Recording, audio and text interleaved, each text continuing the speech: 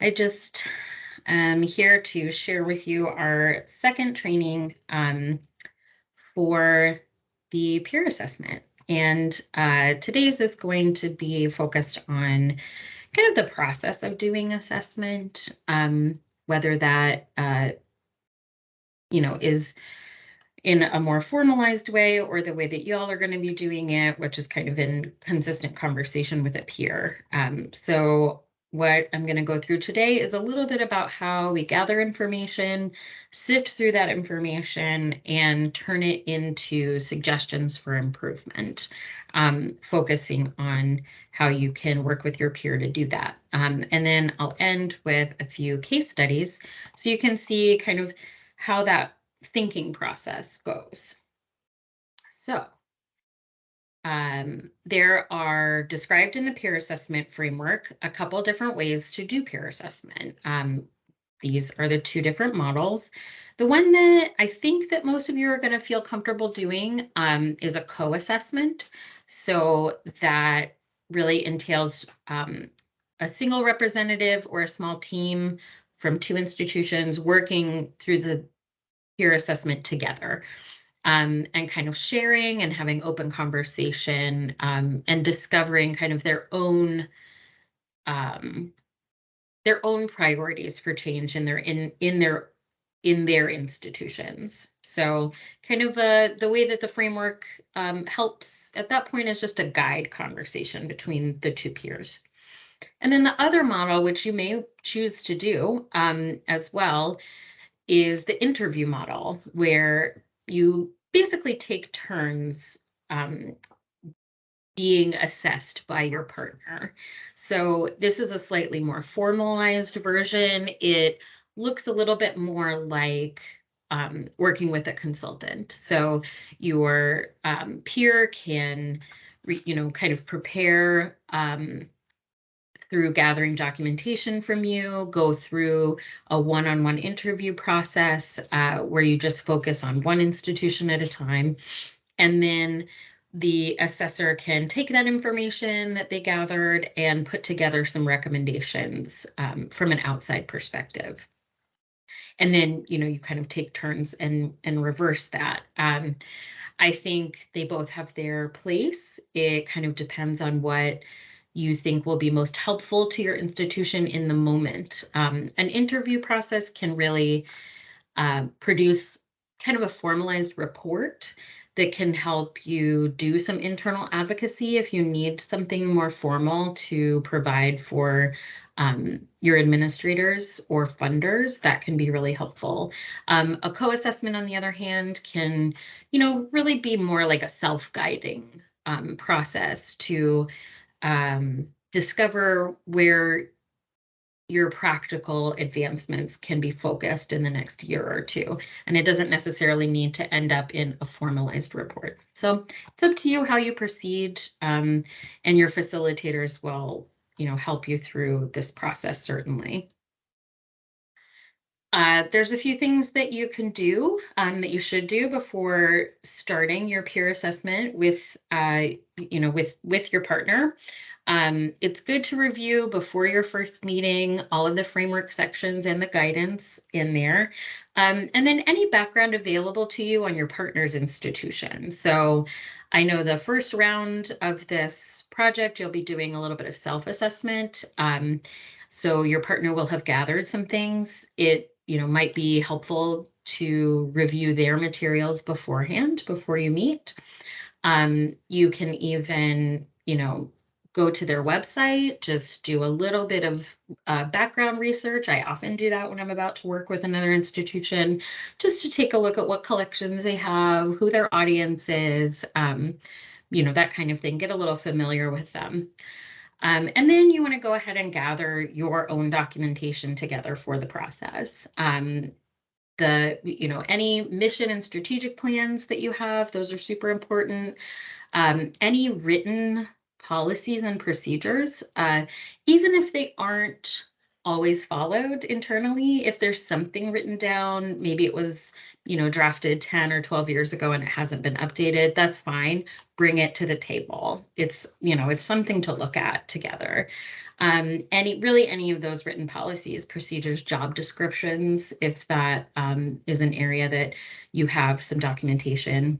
And then I think very importantly is an organizational chart.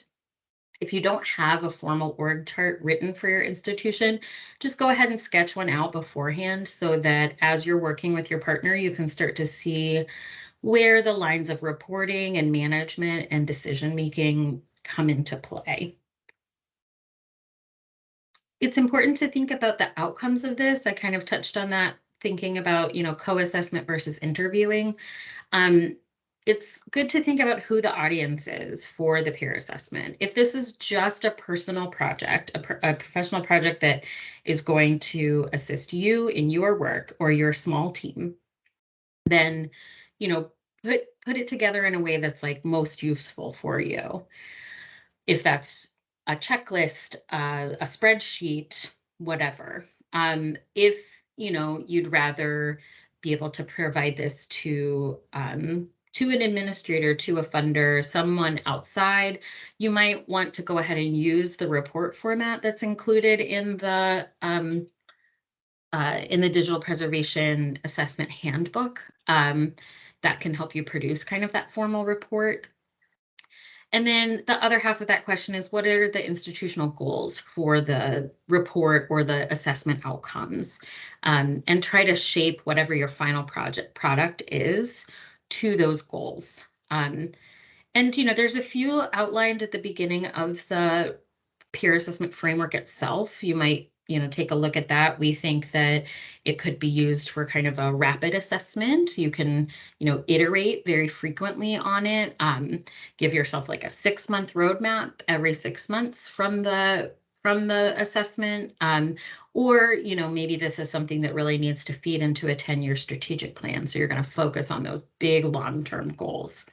It's going to help you know which suggestions are most helpful for your institution and for your partner's institution, is to think, what are the real goals for this assessment? So you'll see throughout the framework, there are questions for each section. And, these are intended as a guide and a guide for your conversations with your peer, kind of prompts for the interviewer if you're doing an interview model. They are definitely not comprehensive. You can ask questions that are not in the framework. And it's not really your only guide for conversation. You're going to also be working from what you know about your peers' institution, what you know about your own institution, and all of that background information, your own experience, if it's, telling you something that is different or, expanded from the framework, definitely follow your experience. And the framework questions are really there as a support structure for you. So then just some examples. These are just a couple of examples that are in the organizational structure section. It's pretty common to need to know, who has the responsibility and authority for collections in general. This is a little bit different than the staffing questions. This is really about the collecting responsibility. Kind of like, where does the buck stop with decisions? And that often, kind of feeds into some of the other questions about, is there a board? Is there a collections committee? Is there a larger institution that this collecting unit is a part of? So trying to kind of map out the structure for yourself. But you can see, there will be questions missing from the framework. It's definitely, there will be other things you might have curiosity about. Once you go through the framework, you will have a lot of notes. You may decide to record your conversations with your partner. I often record interviews just to help myself remember in the future. You might have some transcripts of those. You'll have a lot of this documentation, your own notes. Not everything that you gather notes on is going to end up in whatever final product that you design. You're going to pare that down to the most relevant and high priority observations and suggestions as a part of your assessment. So, you'll end up with a lot of stuff, but in my experience, the more to the point that your assessment is, the better product it is, the more usable it will be for you. So don't be shy to just dump things. You may end up with some observations that just, it's not that they're not important, but they're maybe not important right now. And there are other ones that are more important to work on. So just make sure, you're kind of filtering all of those notes into something that is tight and actionable. You'll also see in each section, there's an idea bank. So this is a pool of ideas that are suggestions for improvement. They're not prioritized. The lists are not given any weight. It's really just kind of a set of suggested improvements that we, that the working group putting the framework together think could be helpful to small and mid-sized organizations and are somewhat common. So they aren't prioritized, they're not comprehensive. If you have other ideas that are not on this list, feel free to add them into your assessment. It comes from your expertise as well. So, just a couple examples from the org structure section. One idea is to clarify each staff member's role in managing digital collections. It's kind of a basic one, but a lot of times in an institution, job descriptions have grown in very ad hoc ways over time, and people may not be clear on which parts of the system they are actually in charge of. So this is a common one. Another way of, another type of improvement that an institution could make is creating a formal interdepartmental group to continue assessment and developing digital preservation plans. So you see how these are not about levels of staffing, and these aren't about kind of like professional development or adding more staff in certain areas. It's really about taking that organizational structure piece and trying to move the organization into better alignment with digital preservation goals and priorities. But yeah, so the idea bank is there for you as a jumping off point. If you see ideas there that sound good, but maybe need some adjustment for your institution or your peer institution, go ahead. That's what it's there for. And then the last piece about thinking about how to create a tight, actionable assessment for yourself or your peer is thinking closely about prioritization.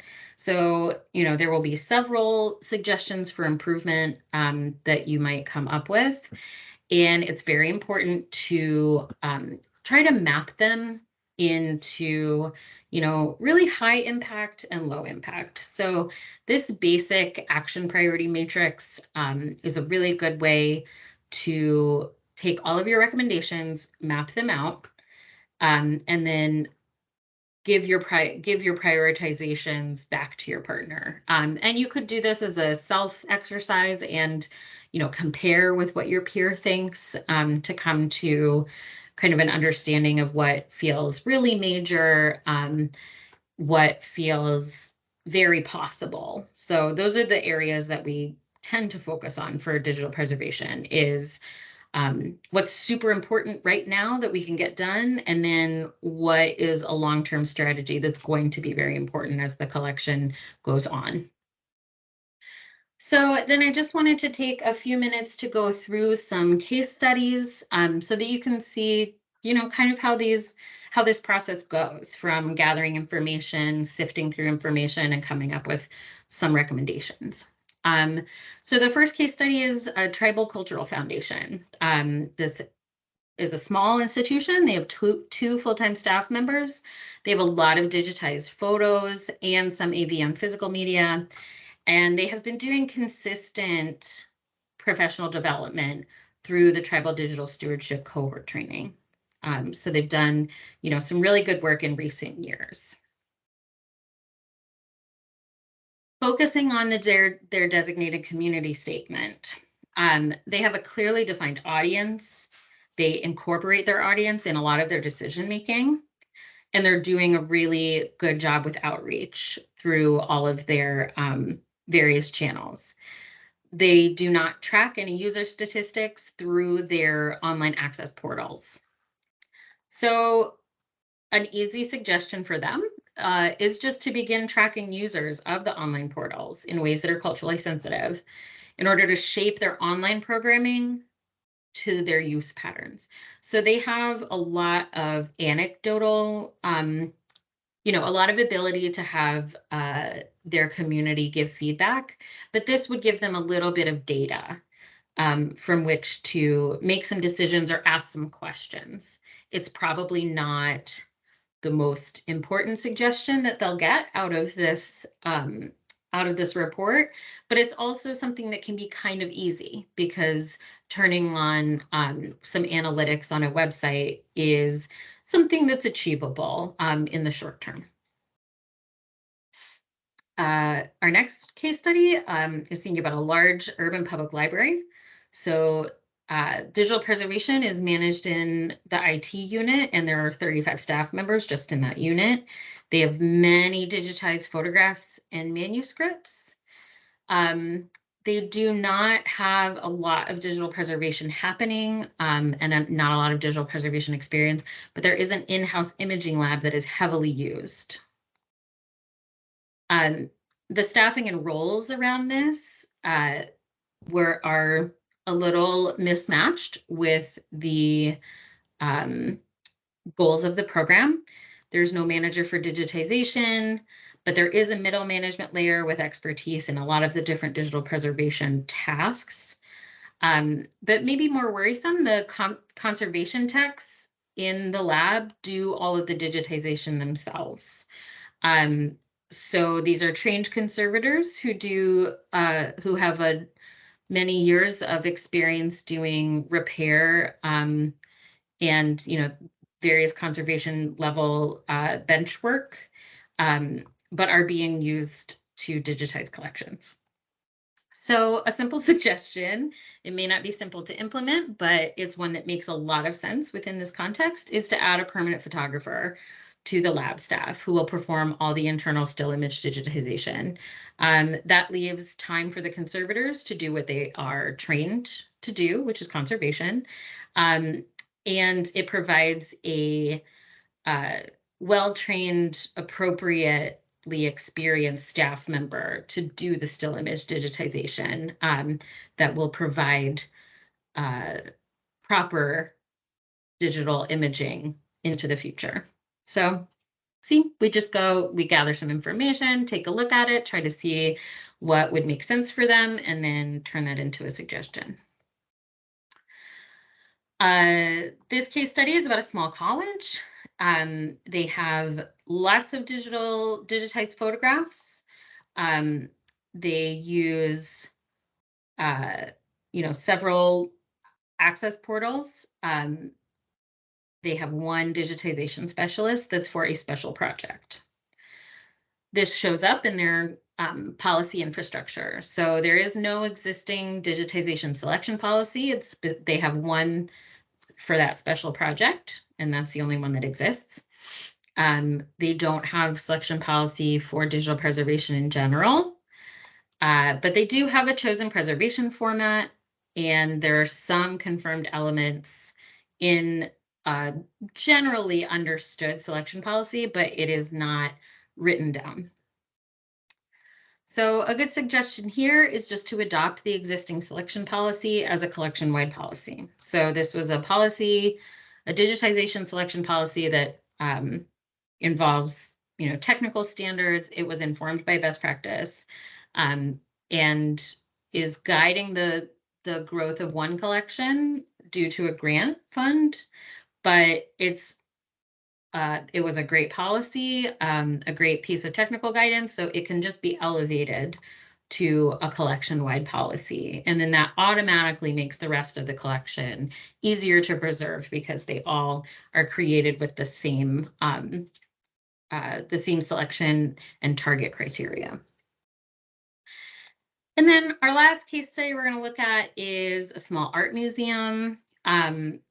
There's about 7 staff members in the library and archives and 2.5 IT staff. They have lots of digitized photographs. They have born digital images and recordings. They have digital media art, photo documentation, lots of digital collections. They have almost no digital preservation expertise in-house, however, but they do have full photography and videography staff. When it comes to IT support, this museum has an extremely responsive IT manager, very strong documentation culture in IT. However, the collection management team does not provide any input or decision-making on any IT infrastructure that supports their digital collections. They don't quite understand what IT does, so they don't end up providing use case scenarios to their IT for preservation. So what that means is that these very well-developed storage policies are driven by enterprise business models, which is what a lot of IT managers are most familiar with. The collections and preservation perspective is very unusual for IT management, and it requires some collaboration. So the suggestion here is really to create a storage policy in collaboration with the IT manager. Don't, for the collections team to become more involved in creating IT documentation and including the IT manager in decision-making for digital preservation so that those decisions are not happening just without the input of the collections team. And the collections team is also creating functional needs that the IT manager can incorporate into their own work. So you can see how we make an observation and kind of form that into a way of making a change that will make things better for the collection. And I just wanted to end on a little success story. So just a success story from a small college that did work on an assessment themselves. And the assessment meant that they were working with IT to gather up a lot of information. So they used that as a launching pad to begin weekly meetings with IT in order to kind of build this digital preservation plan and work through their assessment together. So that was, even just a small outcome can be really meaningful in the long term. So I just wanted to share that little bit of success story with you all. Okay, well, that brings us to the end of this presentation. As always, you can just talk to your facilitator if you have questions or need more information. And I thank you all very much.